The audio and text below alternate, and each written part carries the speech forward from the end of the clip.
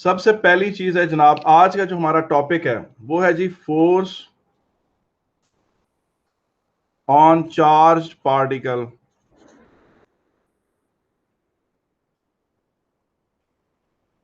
When placed in magnetic field.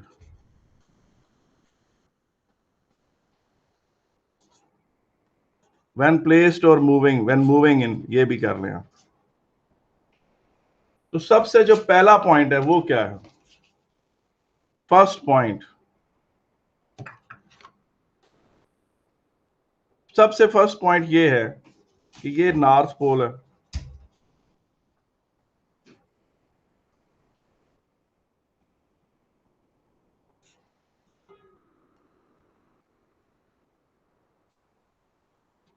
ये north pole और ये साउथ पोल। तो ये मैग्नेटिक लाइंस ऑफ फील्ड जा रही हैं।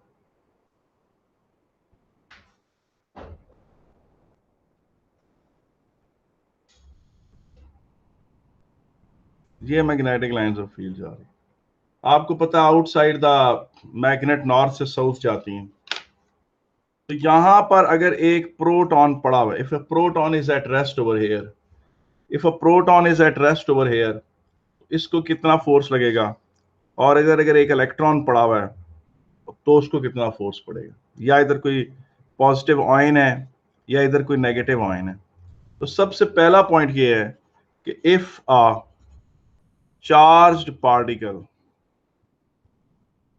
If a charged particle, charge particle को हम सीपी कहेंगे।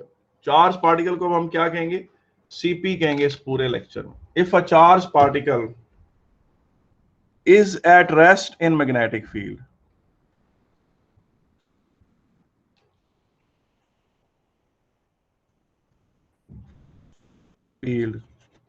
it experiences no force. If a charged particle is at rest in magnetic field, it experiences no force. It experiences zero force. It experiences a zero force, beta.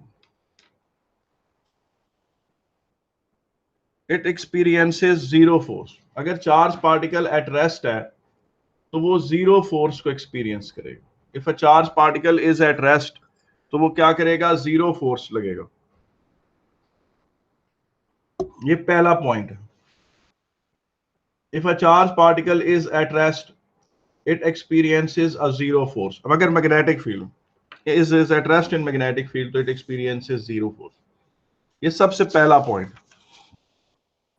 अब आ जाते हैं जी दूसरे point की तरफ। Second point ये है कि ये फर्ज करें कि एक मैग्नेट है और इसके सामने ये दूसरा है साउथ पोल, ठीक है कि नहीं? और ये हैं जी मैग्नेटिक लाइंस ऑफ फील्ड जो नॉर्थ से साउथ की तरफ जा रही हैं।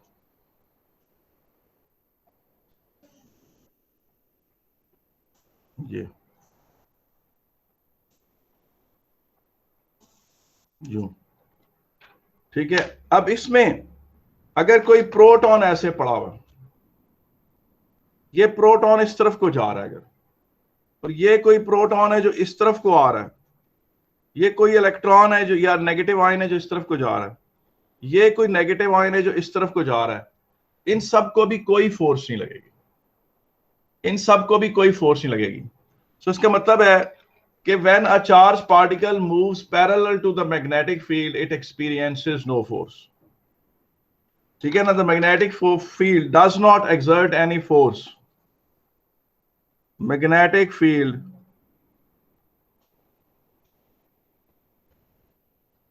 does not exert any force on charge particle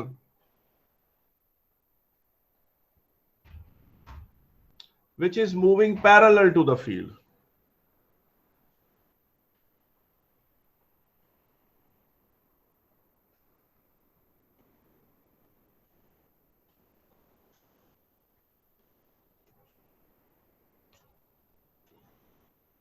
Magnetic field does not exert any force on charged particle which is moving parallel to the field.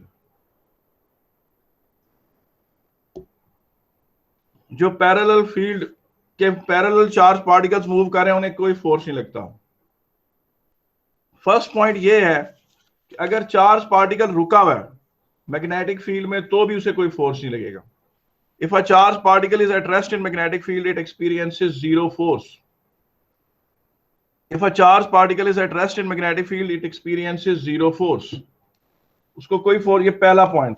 दूसरा point ये है कि magnetic field does not exert any force on charged particle which is moving parallel to the field.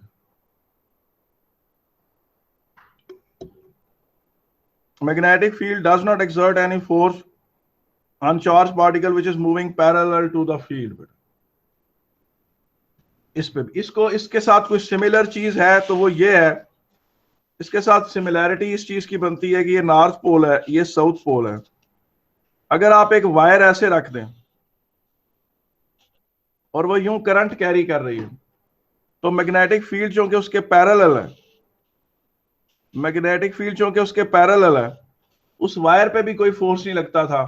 बिल्कुल इसी तरह से ये charge particles जो मैग्नेटिक फील्ड के पैरेलल मूव कर रहे हैं इन पर भी कोई फोर्स नहीं लगेगा, इन पर भी कोई फोर्स नहीं लगेगा। ठीक है कि नहीं है? आगे चलते हैं और थर्ड पॉइंट देखते हैं जनाब। ठीक है कि नहीं? जिस तरह आपको पता है ये एक वायर है, ये सॉरी मैग्नेटिक फील्ड है, ये साउथ पोल है। इस तरह करके अगर एक वायर को रखा जाए और उस वायर पर जब करंट फ्लो करता है तो उसे मैक्सिमम फोर्स लगता है। Maximum force acts on this wire which is perpendicular to the magnetic field.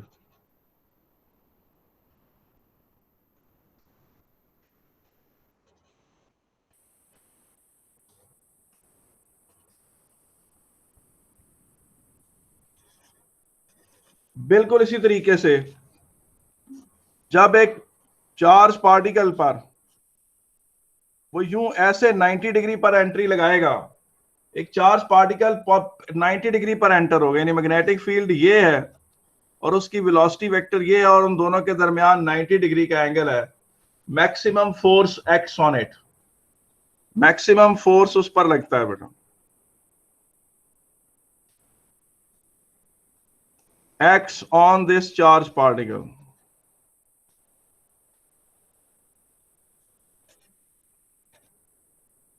Maximum force acts on this charge particle.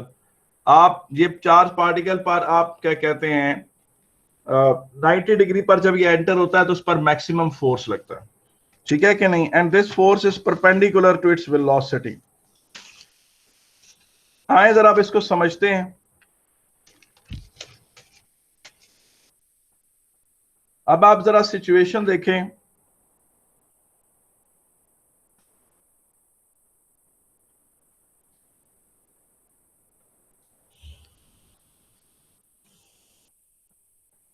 ये नॉर्थ पोल है, ये साउथ पोल, ठीक है कि नहीं है? और ये जो पीस ऑफ पेपर है वो ये पड़ा हुआ, जिस पीस ऑफ पेपर पे मैं लिख रहा हूं, on which sir Irfan is writing,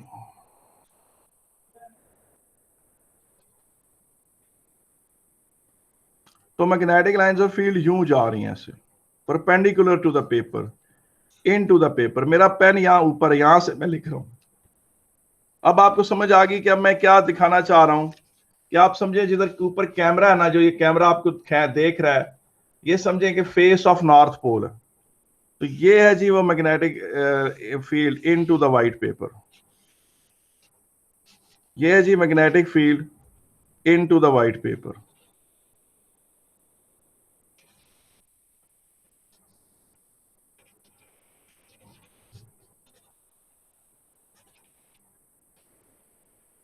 ये है magnetic field into the white paper.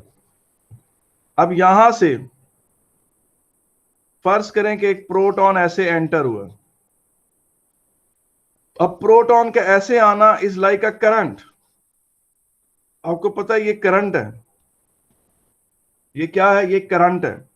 और मैग्नेटिक फील्ड, आप फ्लेमिंग्स लेफ्ट हैंड रूल लगाएं, आपको पता है first finger into the magnetic field होगी यूं, और करंट इस तरह होगा, जिस तरफ को ये आ रहा है तो उसे फोर्स किस तरफ को लगेगी, ये देखें थंब किस तरफ को पॉइंट कर रहा है, upward direction, thumb upward direction में पॉइंट कर रहा है, तो इसमें इसे इस डायरेक्शन में फोर्स लगेगी, इस डायरेक्शन में, क्योंकि चार्ज पार्टिकल की मोशन भी तो एक करंट है, तो ये इस तरह से यूं घूमेगा। जब ये यहां पहुंचेगा इस जगह पर, तो ये इसका करंट है,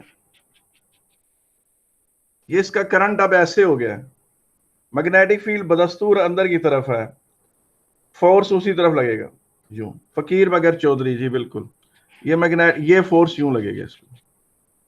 आप नोट करें कि फोर्स वेलोसिटी के परपेंडिकुलर है, ये वेलोसिटी है, ये फोर्स है, और ये परपेंडिकुलर है, तो ये यहां से गोल यूं और यूं गोल घूमेगा इस तरह से।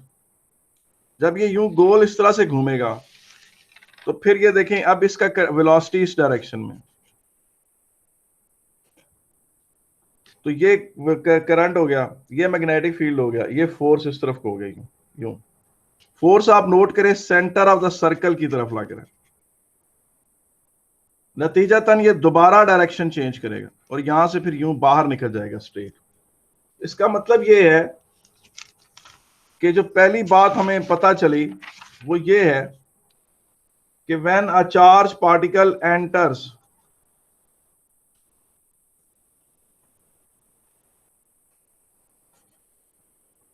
व्हेन अ चार्ज पार्टिकल, अब मैं इसको सीपी लिखूंगा, when a charge particle enters a magnetic field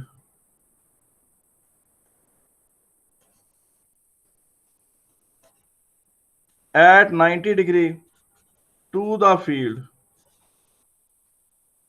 when a charged particle enters a magnetic field at 90 degree to the field, it experiences a maximum force.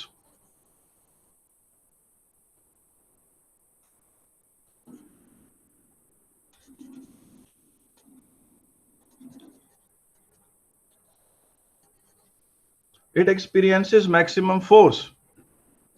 This force is perpendicular to the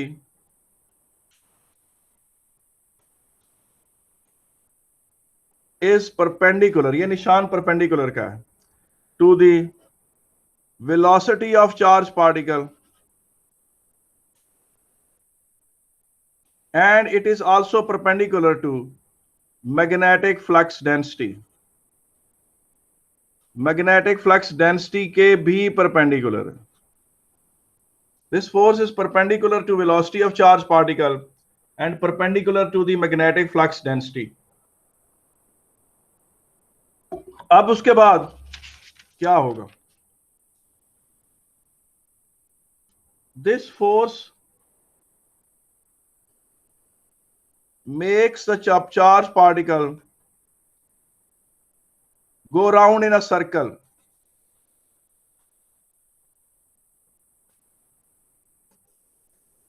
ठीक है ना, this force makes charged particle go round in a circle. Direction of this force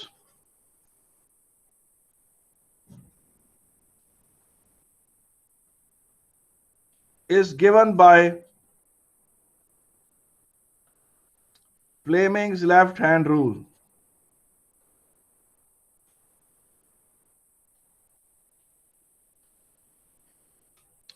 Direction of this force is given by Fleming's left hand rule. Direction of this force is given by Fleming's left hand rule. अच्छा, और इसमें आप जब proton यूं move कर रहा है इस तरफ को तो उसका करंट यूं लेंगे और आपका करंट की फिंगर यूं होगी, लेकिन अगर इलेक्ट्रॉन इस तरफ को मूव कर रहा है आप डायरेक्शन ऑफ करंट यूं लेंगे कि आप, क्योंकि आप पॉजिटिव फ्लो लेते हो और आपके करंट की फिंगर यूं होगी, यानी आपका जो फिंगर है उसकी करंट की वो यूं आप लेंगे इस तरह से, उसके opposite to the motion of electron, उसकी मोशन के क्या लेंगे, ऑपोजिट लेंगे। Direction of this force is given by Fleming's left hand rule, और this force makes charge particle go round in a circle. Direction of this force is given by Fleming's left hand rule. और उसके बाद आगे क्या है, magnitude of this force, इस force का magnitude क्या है,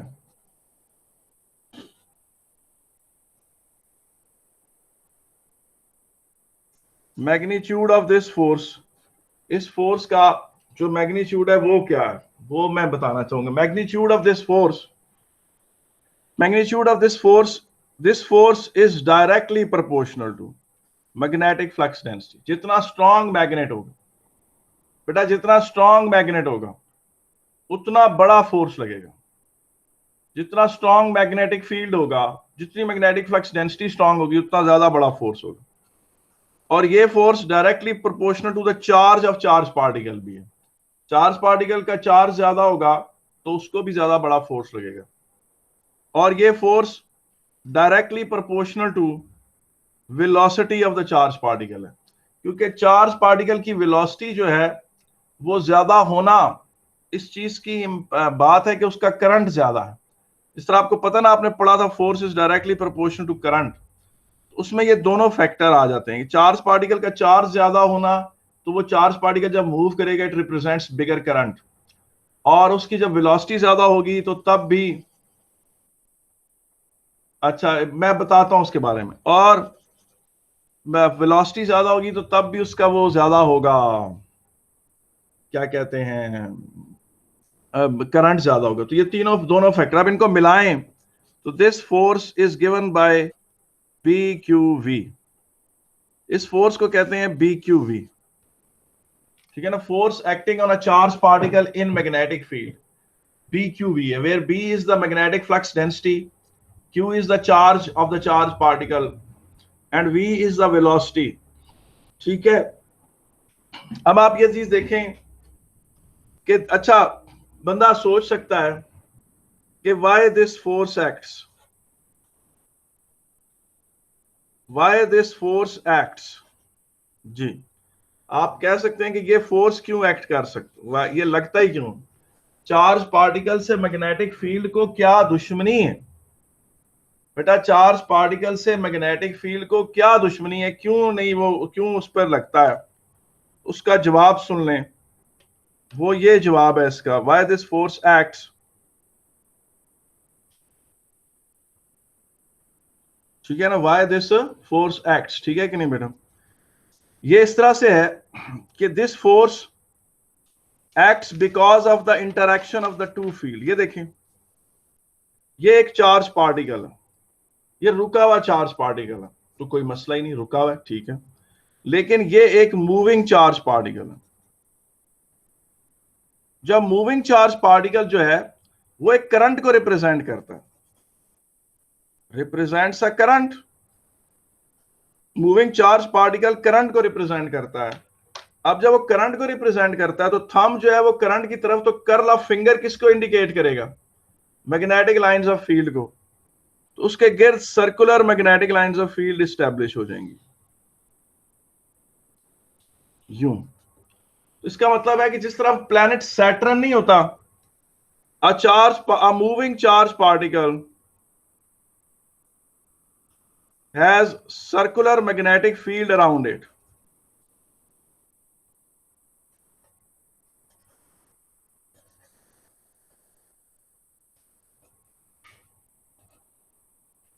A moving charge particle has a circular magnetic field around it, like the rings of the Saturn.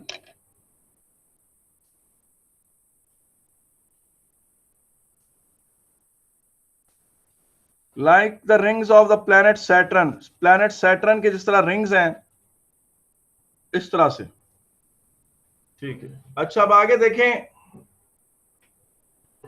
Planet Saturn के like rings of the planet Saturn, उस तरह से बेटा इसकी वो होते हैं ये। अब होगा क्या, अब आगे जो मैं बात करने लगा हूं आपसे वो सुने और गौर से सुनते चले जाएं। वो ये है moving charge particle represents a current of moving charge particle as a circular magnetic field around it like rings of the planet Saturn, ठीक है कि नहीं? अब प्लेनेट सैटर्न की तरह इसके रिंग्स हैं। तो उसके बाद अगली जो मैंने बात आपसे करनी थी वो ये है कि the magnetic field of the charge particle interacts with that external magnetic field. ये देखें, ये नॉर्थ पोल है, ये साउथ पोल, ठीक है कि नहीं? फर्ज करें इनका मैग्नेटिक फील्ड किस तरह से, यूं, ये इनका मैग्नेटिक फील्ड है। फर्ज करें कि एक प्रोटॉन ऐसे आया, यूं ऊपर से यूं नीचे की तरफ आया, ये एक प्रोटॉन जो यूं इनटू द पेपर जा रहा है। अब प्रोटॉन अगर इनटू द पेपर जा रहा है तो उसका करंट भी उसके साथ होगा नीचे की तरफ, यानी जिस तरह वो जा रहा है उसी तरह उसका करंट होगा। थंब करंट की तरफ हो तो curl of finger magnetic line जो फील्ड को रिप्रेजेंट करता है, उसका मैग्नेटिक फील्ड इस तरह का बनेगा प्रोटॉन का। प्रोटॉन यूं ऊपर से यूं नीचे की तरफ जा रहा है, यानी इनटू द पेपर जा रहा है, तो अपने साथ अपना रिंग लेके जा रहा है मैग्नेटिक फील्ड। ये दोनों मैग्नेटिक फील्ड एक दूसरे को क्या करते हैं, यहाँ पर रीएनफोर्स करते हैं और यहाँ पर cancel the effect of each other करते हैं। नतीजतन ये region of strong magnetic field, ये region of weak magnetic field, और प्रोटॉन को इस तरफ को फोर्स लगेगा।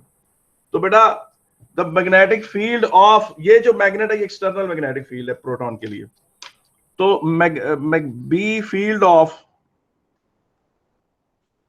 बी फील्ड ऑफ प्रोटॉन या चार्ज पार्टिकल इंटरफेयर्स विद या interacts with external magnetic field या external B field, ठीक है कि नहीं? Giving rise to the region of strong magnetic field and regions of weak magnetic field, then it experiences a force from the region of strong magnetic field to the region of weak magnetic field. अच्छा, अब ये चीज देखें कि बास लोग इसे इस तरह से डिफाइन करते हैं, ये जो BIL आपने नहीं पढ़ा था उसके थ्रू BQV को वो करने की कोशिश करते हैं, डेरिवेट। तो ठीक है, ये मतलब Q/T और लेंथ की जगह वेलोसिटी इंटू T कर लेंगे और T कैंसिल हो जाएगा, इस तरह BQV आ जाएगा। ये FSC की बुक में भी ये प्रूफ दिया हुआ है, आप इसे यूज कर सकते हैं। बहुत बहुत बड़ा प्रूफ नहीं है, बहुत ही आउटस्टैंडिंग इसकी डेरिवेशन नहीं है, बस ठीक है, ठीक है कि नहीं? तो इस तरह से भी लोग इसको डिराइव करते हैं। अच्छा, अब ये देखें, ये मैग्नेटिक फील्ड, ये ठीक है कि नहीं? ये मैग्नेटिक फील्ड है। अगर इसमें एक प्रोटॉन यूं एंटर होगा, अगर प्रोटॉन यूं एंटर होगा, और ये काफी, फर्ज करें काफी बड़ा फील्ड है, तो ये प्रोटॉन यूं गोल घूमते हुए एक semi circle, perfect semi circle बनाता हुआ जो है ना आउट हो जाएगा, और जब आउट होगा तो सीधा निकल जाएगा। और आप देखें कि उसकी जो वेलोसिटी है वो ये रहेगी, और ये फोर्स उसे इस तरह से लग रहा है,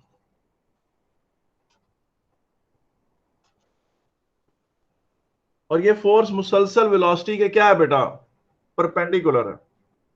ये फोर्स वेलोसिटी के क्या है बेटा, मुसलसल परपेंडिकुलर है। And this force doesn't do any work बेटा, ये फोर्स जो वेलोसिटी के परपेंडिकुलर होता है ये कोई काम नहीं करता। उसका मतलब मैग्नेटिक फील्ड चार्ज पार्टिकल पे कोई काम नहीं करता। और ये force, this force provides necessary centripetal force to charge particle, ठीक है कि नहीं? अब ये चीज देखें, अगर चार्ज पार्टिकल, अगर मैग्नेटिक फील्ड इस तरह का है, यूं सिर्फ इतना सा है, और प्रोटॉन बिल्कुल मिडल से एंटर हुआ है, और अगर प्रोटॉन एक सर्कुलर आर्क बना रहा था और मैग्नेटिक फील्ड खत्म हो गया, उसके बाद प्रोटॉन सीधा चला जाएगा। बास का कैम्ब्रिज के एग्जामिनर बच्चों को कहते हैं कि आप पाथ ऑफ प्रोटॉन दिखाएं या चार्ज पार्टिकल दिखाएं, तो जब तक तो आपने मैग्नेटिक फील्ड के अंदर है आपने उसको गोलाई में दिखाना है। जो ही वो मैग्नेटिक फील्ड छोड़ता है आपने उसको स्ट्रेट लाइन में मूव करता हुआ दिखाना है। उसके बाद जो बच्चे उसको गोल ऐसे घुमा रहे होते हैं उनको नंबर नहीं मिलते। और इसी तरह से देखेंगे, एक इलेक्ट्रॉन है, ये यूं एंटर हुआ तो करंट आपने इसके अपोजिट लेना है, ये यूं गोल यूं घूमेगा और फिर ये भी यहां से बाहर निकल जाएगा, ठीक है ना? और इलेक्ट्रॉन प्रोटॉन की निस्बत अपोजिट डिफ्लेक्ट होता है हमेशा। और अगर कोई न्यूट्रॉन एंटर होगा तो न्यूट्रॉन सीधा चला जाएगा, क्योंकि न्यूट्रॉन पे तो कोई फोर्स ही नहीं लगती। आए जनाब इसके ऊपर आगे देखते हैं। अच्छा, अब तक आपको पता चल गया कि जो मैग्नेटिक फोर्स है, मैग्नेटिक फोर्स जो है वो बड़ा स्पेशल फोर्स है। पूछें किस वजह से स्पेशल फोर्स? स्पेशल फोर्स वो इस तरह से है कि ये देखेंगे प्लेनेट अर्थ, प्लेनेट अर्थ का ग्रेविटेशनल फील्ड है। इसमें अगर कोई बॉडी है जिसका मास है तो उसे प्लेनेट अर्थ अपनी तरफ अट्रैक्ट करता है। अगर वो बॉडी रुकी हुई है तब भी अट्रैक्ट करता है। अगर वो बॉडी ऊपर जा रही है तब भी ग्रेविटेशनल फोर्स नीचे की तरफ ही लगेगा। वो पार्टिकल यूं भी मूव कर रहा होगा तब भी ग्रेविटेशनल फोर्स यूं ही लगेगा। और इसी तरीके से देखें, ये पॉजिटिव प्लेट है और ये एक नेगेटिव प्लेट है। ये पॉजिटिव प्लेट है यूं करके, ये यूं नेगेटिव प्लेट है। ये इलेक्ट्रिक लाइंस ऑफ फील्ड इस तरह से आ रही हैं।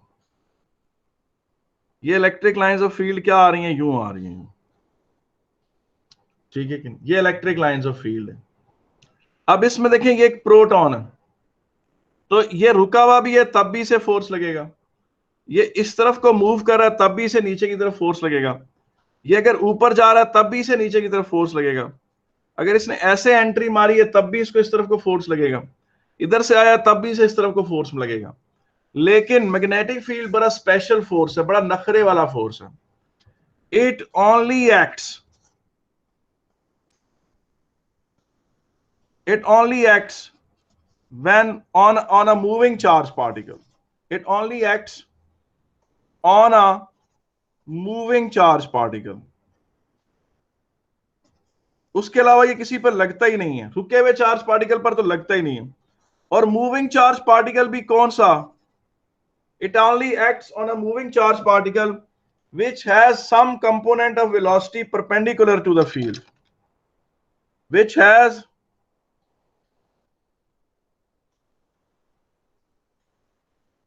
some component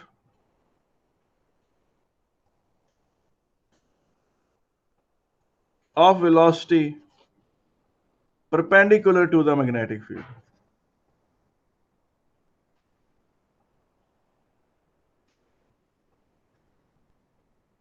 तब ये लगता है, वरना तो लगता ही नहीं। बड़ा स्पेशल फोर्स है, बड़ा नखरे वाला फोर्स है, इसकी बड़ी वो है। तो magnetic force it only acts on a moving charge particle which has some component of velocity perpendicular to the magnetic field. अच्छा जी, आगे चलें। सिंस दिस फोर्स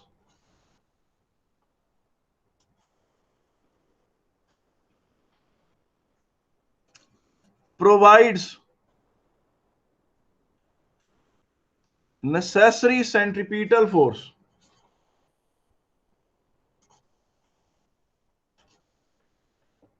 इस फोर्स को BQV को आप mv स्क्वेयर ओवर आर के बराबर पुट कर सकते हैं। इस फोर्स को mv स्क्वेयर ओवर आर के बराबर पुट कर सकते हैं। जब आपने से mv स्क्वेयर ओवर आर के बराबर पुट कर दिया तो क्या होगा?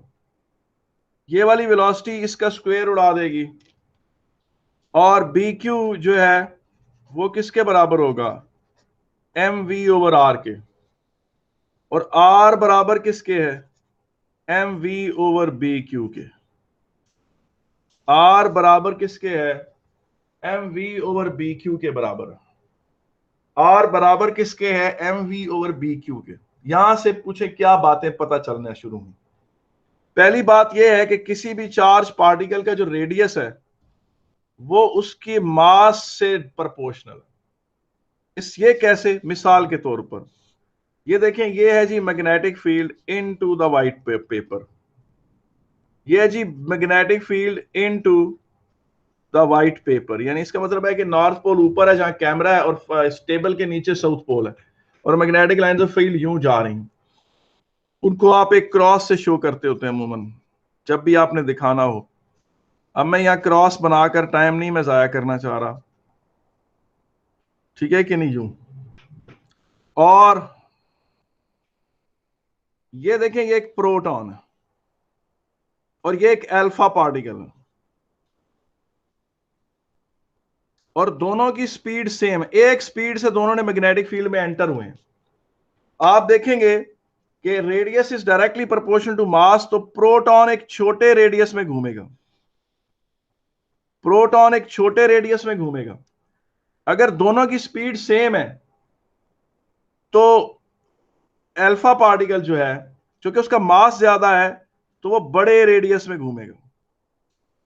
ठीक है कि नहीं? यूं करके, या आप अल्फा पार्टिकल की जगह कोई ऐसा आयन रख लें जिस पे +1 चार्ज हो, क्योंकि अल्फा पार्टिकल के पास तो चार्ज भी डबल है ना, मैं उसकी बात नहीं करना चाहता। कोई और बड़ा आयन जो प्रोटॉन से बड़ा हो और उससे किसी ने एक इलेक्ट्रॉन छीना हो, तो वो +1 चार्ज यानी प्रोटॉन के बराबर चार्ज बनाएगा। तो प्रोटॉन, उस दोनों की अगर वेलोसिटी सेम है तो वो बड़े रेडियस में घूमेगा, और जब मैग्नेटिक फील्ड एंड हो जाएगा तो स्ट्रेट चला जाएगा, उसका पास बड़ा होगा और इसका पाथ बेटा क्या होगा? छोटा होगा। इससे पता चला कि radius of the charge particle directly depends upon its velocity. अगली बात जो मैं कहना चाहता हूं वो क्या है? वो ये है कि रेडियस, अभी आपने पढ़ा, अच्छा ये बार बार अगर ये फार्मूला भूल जाए तो कोई मसला नहीं है। मुझे भी 30 साल से पढ़ा रहा हूं, 30-31 साल हो गए हैं फिजिक्स पढ़ाते हुए, तो तब मुझे भी भूल जाता है, कोई मसला नहीं है। आप हमेशा क्या करें, B Q V is equal to M V square over R कर लें, तो दोबारा ये वेलोसिटी इसका स्क्वायर उड़ा देगी। इस आर को सब्जेक्ट बना लें, M V over B Q से आपको ये मिल जाएगा। अब बेटा जो रेडियस है वो डायरेक्टली प्रोपोर्शनल टू वेलोसिटी है। इसका मतलब ये है कि ये देखें, ये मैग्नेटिक फील्ड है, इसमें अगर एक प्रोटॉन स्लो आ रहा है और एक फास्ट प्रोटॉन आ रहा है, ये फास्ट प्रोटॉन है और ये स्लो प्रोटॉन है, तो ये यूं घूमेगा और ये जो है बड़े रेडियस में घूमेगा, क्योंकि इस पे वो लग रहा है, क्या कहते हैं ये, क्योंकि radius is directly proportional to velocity. ठीक है कि नहीं है? अच्छा, और इन दोनों में से डिफ्लेक्शन किसकी ज्यादा है? छोटे स्लो प्रोटॉन की। तो पता चला कि जो ज्यादा कर्व्ड रेडियस में घूमता है उसकी डिफ्लेक्शन ज्यादा होती है। ये डिफ्लेक्शन की बात मैंने इसलिए की कि एक दफा पेपर में क्वेश्चन आया कि इनमें से कौन ज्यादा डिफ्लेक्ट करेगा, लफ्ज डिफ्लेक्ट इस्तेमाल हुआ था। तो बच्चे ये सोच रहे थे कि चूंकि तेज आ रहा है तो उस पर फोर्स ज्यादा लगेगी। ठीक है, इस पे ये तेज आ रहा है, इस पे फोर्स ज्यादा लग रही है, लेकिन इसका रेडियस ऑफ कर्वेचर भी तो काफी बड़ा है, ये बड़े रेडियस में घूम रहा है, तो इसकी डिफ्लेक्शन कम है, उसकी डिफ्लेक्शन ज्यादा है। तो स्लो मूविंग प्रोटॉन की डिफ्लेक्शन ज्यादा होगी। फिर उसके बाद 1 मिनट आप होल्ड कीजिए।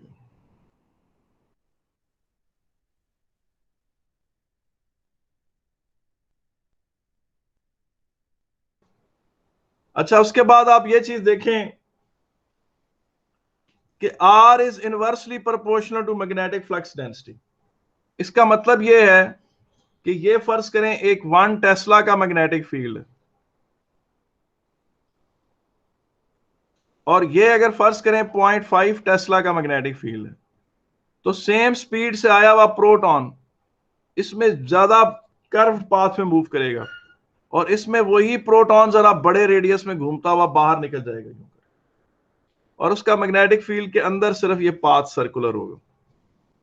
तो इसका मतलब यह है कि radius is inversely proportional to magnetic flux density. और फिर radius is inversely proportional to charge as well.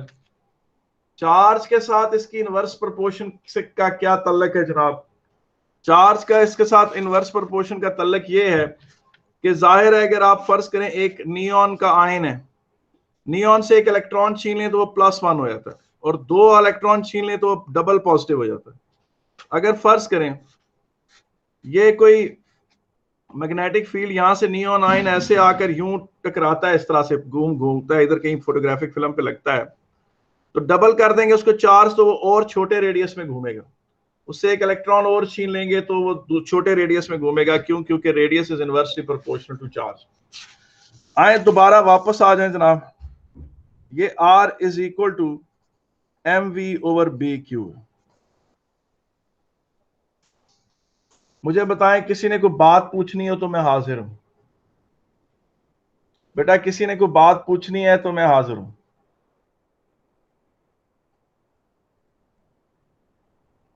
जी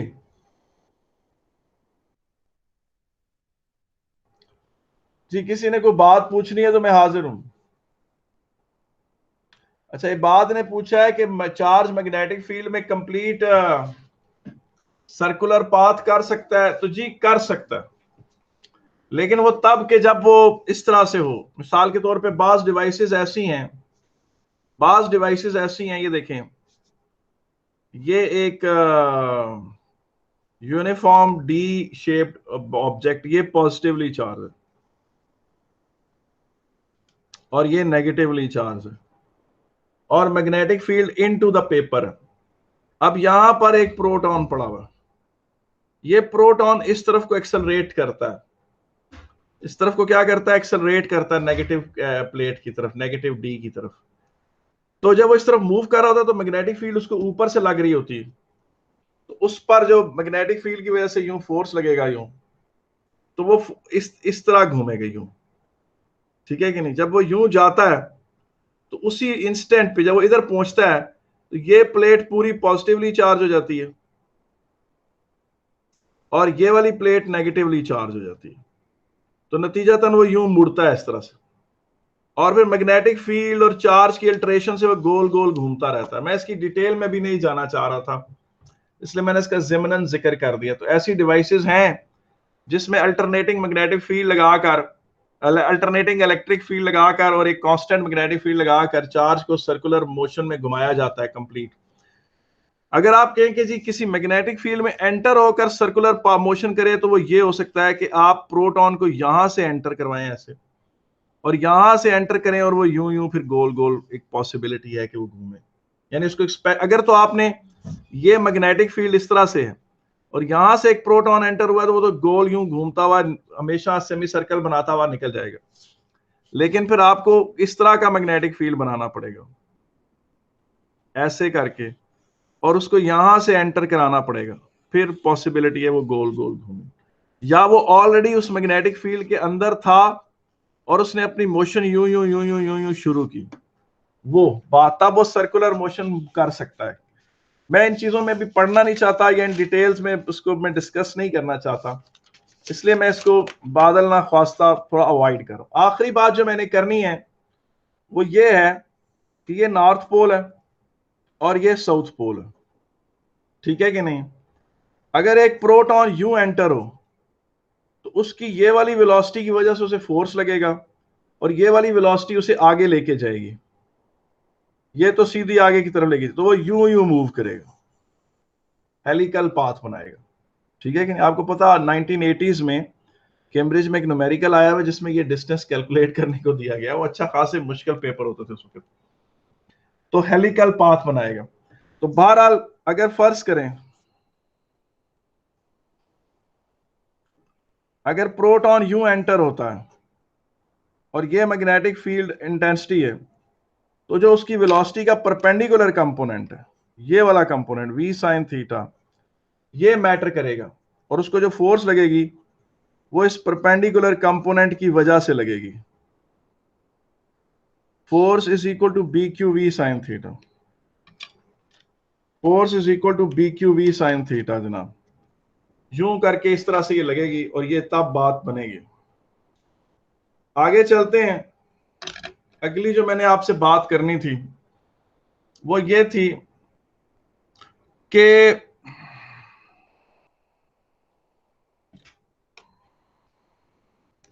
बेटा आपने पढ़ा हुआ ना, डिफाइन मैग्नेटिक फ्लक्स डेंसिटी।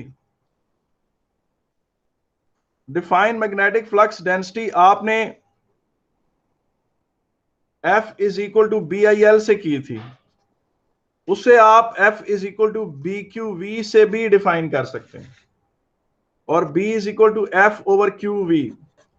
और अब आप देखेंगे कि वो किस तरह से, आप बी की अगर वो कहे कि डिफाइन मैग्नेटिक फ्लक्स डेंसिटी, और अगर कोई बच्चा जो मैंने पिछली मैग्नेटिक फ्लक्स डेंसिटी की डेफिनेशन लिखवाई थी वो बिल्कुल भी नहीं लिखता और उसकी जगह ये वाली लिखता है, तो मैं वो बता देता हूं आपको वो कौन सी है। Define magnetic flux density,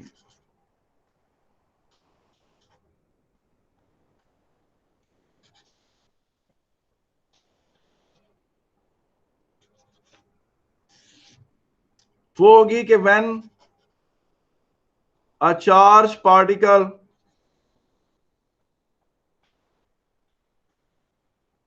moving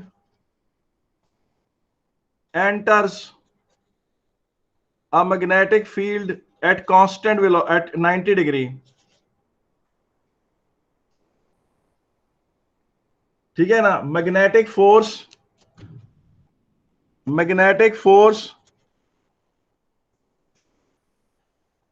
per unit charge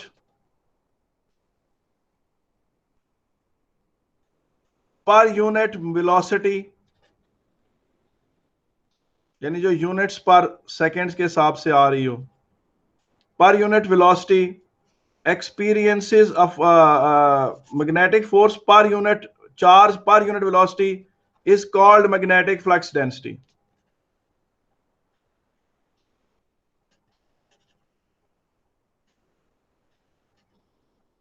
इस तरह से भी बेटा आप मैग्नेटिक फ्लक्स डेंसिटी को डिफाइन कर सकते हैं, इस तरह से भी आप मैग्नेटिक फ्लक्स डेंसिटी को डिफाइन कर सकते हैं. When a charged particle moving enters a magnetic field at 90 degree, magnetic force per unit charge per unit velocity is called magnetic flux density. Is called magnetic flux density. और आप इसी के मदद से 1 टेस्ला को भी डिफाइन कर सकते हैं कि डिफाइन 1 टेस्ला. मैंने पहले उसकी दूसरी डेफिनेशन लिखवाई थी, लेकिन आप इस इक्वेशन की मदद से भी डिफाइन कर सकते हैं.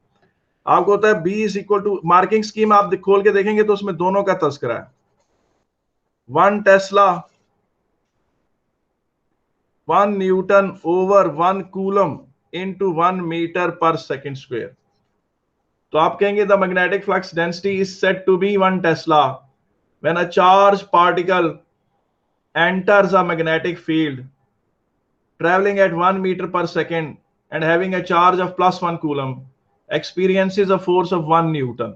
तो यूं भी आप डिफाइन कर सकते हैं मैग्नेटिक फ्लक्स डेंसिटी को. और उसके बाद अगली जो बात मैंने आपसे करनी थी वो क्या थी, वो ये है कि उसके बाद बेटा इसी चैप्टर में, इसी कॉन्टेक्स्ट में एक आता है क्वेश्चन, इलेक्ट्रिक फील्ड और मैग्नेटिक फील्ड का कंपैरिजन आता है. तो उसमें आपने कंपैरिजन में लिखना है, पहला पॉइंट कि इलेक्ट्रिक फील्ड चार्ज डिपेंडेंट है और मैग्नेटिक फील्ड चार्ज और वेलोसिटी डिपेंडेंट है. दूसरा आपने लिखना है कि ये फोर्स वर्क डन करता है, ये फोर्स नहीं वर्क डन करता. और बेटा इसमें चार्ज पार्टिकल का पाथ स्ट्रेट भी हो सकता है, सर्कुलर भी हो सकता है और पैराबोलिक भी हो सकता है. इसमें सिर्फ सर्कुलर होता है या हेलिकल होता है. चौथा ये लिखना है आपने कि इसमें फोर्स मैग्नेटिक इलेक्ट्रिक फील्ड की डायरेक्शन में होता है, इसमें लिखना है कि ये मैग्नेटिक फील्ड के परपेंडिकुलर होता है. इस तरह के आपने कंपैरिजन दे देने हैं तो आपका इलेक्ट्रिक फील्ड और मैग्नेटिक फील्ड का अच्छा सा कंपैरिजन वाला नोट्स भी बन जाएंगे. बेटा मेरी गुफ्तगू यहाँ खत्म होती है और ये पूरा भी एक चंक है, पूरा magnetic force on a charge particle का चंक यहाँ खत्म होता है. इसके बाद हम शुरू करेंगे, एक और टॉपिक आएगा, वो आएगा magnetic flux density, force on a charge particle moving at force on a charged particle moving at force on a charged particle moving in an electric field and magnetic field. और उसके बाद बेटा अगला topic आएगा उसमें velocity selector का जिक्र आएगा. फिर आएगा चार्ज टू मास रेशियो का एक्सपेरिमेंट. और बेटा फिर आएगा हॉल प्रोब, और हॉल प्रोब के बाद आएगा न्यूक्लियर मैग्नेटिक रेजोनेंस. उसके बाद ये चैप्टर बकायदा खत्म हो जाएगा पूरा. तो ये it is one of the longest chapter of your syllabus. तो मैंने इसको बिल्कुल भी तेज नहीं पढ़ाया, आराम आराम से पढ़ाया है और कोई बात इसमें अल्हम्दुलिल्लाह छोड़ी नहीं.